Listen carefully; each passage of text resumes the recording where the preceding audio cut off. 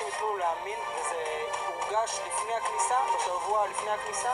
גם החייל הכי לא מאמין, בשעה הקשה, הוא לא מאמין רק לבורא עולם.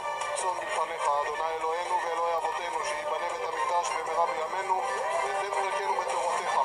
סיפרו שהם היו אמורים להיכנס לאיזה מערה בתוך בית, ולפתע נקלטה לעיניהם אישה כולה מכוסה בשחור, מכוסה כולה, ואומרת להם אל תיכנסו לבית.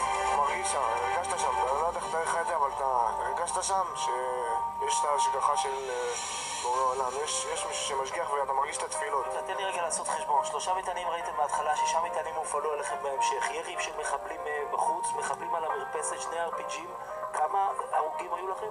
0. כמה פצועים היו לכם? סך הכל, בהתחלה הבנו, חשבנו שחמש קיבל רסיס, שאחרי 3 ימים כבר נרפא.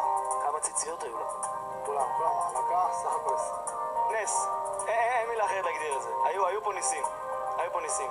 גם כאן, כמו שאתה הגדרת את זה קודם, ההשגחה האלוהית נכנסה.